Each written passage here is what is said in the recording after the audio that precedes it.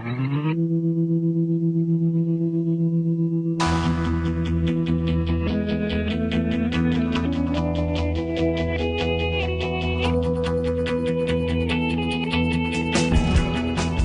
name is Katherine Leary. I'm the Executive Director for Redeemer's Center for Faith and Work. When I was living in California and running a high-tech company, I was blown away by the motivation and the enthusiasm that my 120 employees had to change the world. And I used to think if churches had that kind of vision, I just can't imagine what God could do through that.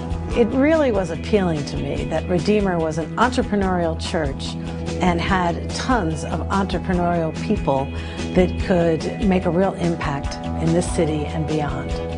The time is right. What we see is just this movement, this desire of young people to make a difference, to make a change. And if you believe that the world is broken and there's lots of needs that need to be met and the status quo isn't meeting those needs, entrepreneurship is something you get involved in.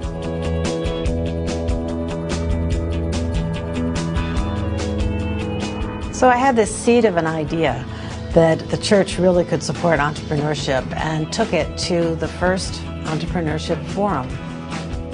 At that forum, we cast the vision and invited others to join in. Fortunately, we got a very, very enthusiastic response. From that, we formed a steering committee, and that steering committee committed itself over the next 12 months to creating this full-bodied entrepreneurship initiative.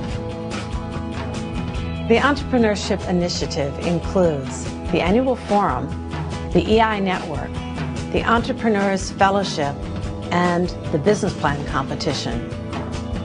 The thing that holds the entire Entrepreneurship Initiative together is the annual forum, the conference where we pull together investors and entrepreneurs and reunite around the vision and invite others to add into the vision.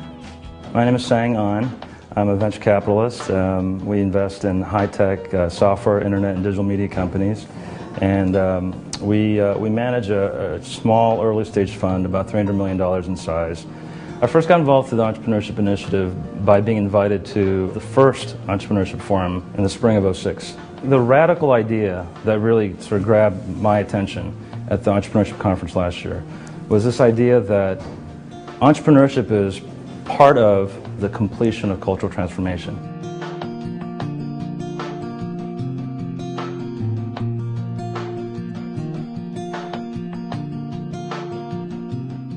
My name is Laura Gaston. I'm a director at the American Bible Society. I'm also an adjunct professor of entrepreneurship at the King's College. I think one of the things important about the forum is the opportunity to mix with a group of people who are of similar mindsets, who have dreams and ideals and a focus on changing the world and having their organizations, whether they're for-profits or the arts or a not-for-profit, press the truth of Christian values into the communities that are around them. Between forums, we're building a network of people, financial investors as well as investors in time and talent, who pull together to support our entrepreneurs. I think for the Redeemer congregation, one of the impacts, in addition to being encouraged by all these things, is that they have an opportunity to formally engage with the entrepreneur. We're really out there by ourselves, and it's a really hostile environment. To have a group like this from the church that is outside of just friends and family, who's actually supportive, not only moral support, but tangible forms of support, it's really amazing. It's something we don't really get from anywhere else.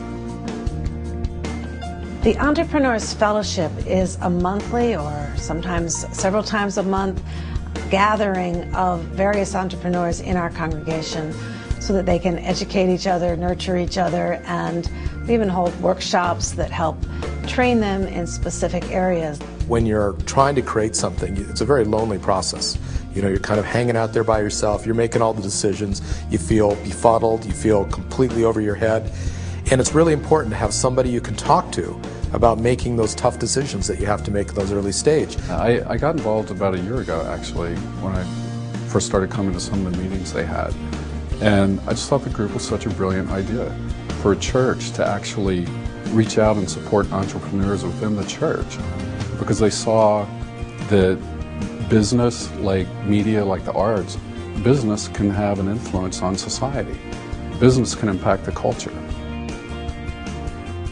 The business plan competition is very exciting. We put out a call for entrants and received 48 business plans this year in consideration for the grand prize, a very small amount of money, but really to be incubated within the congregation with the resources, the talent, the time, the support of people in our congregation.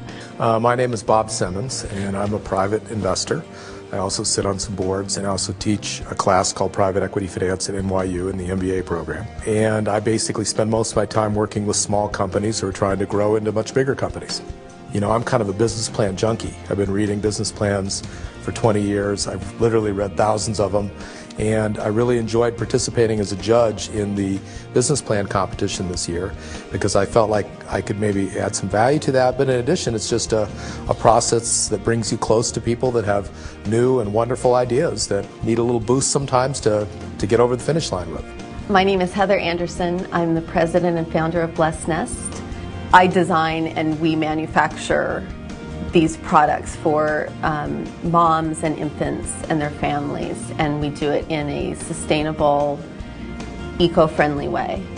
There was a moment when I read the email from Calvin that I was a finalist, and what this means is that you have access to the practical and spiritual resources of Redeemer.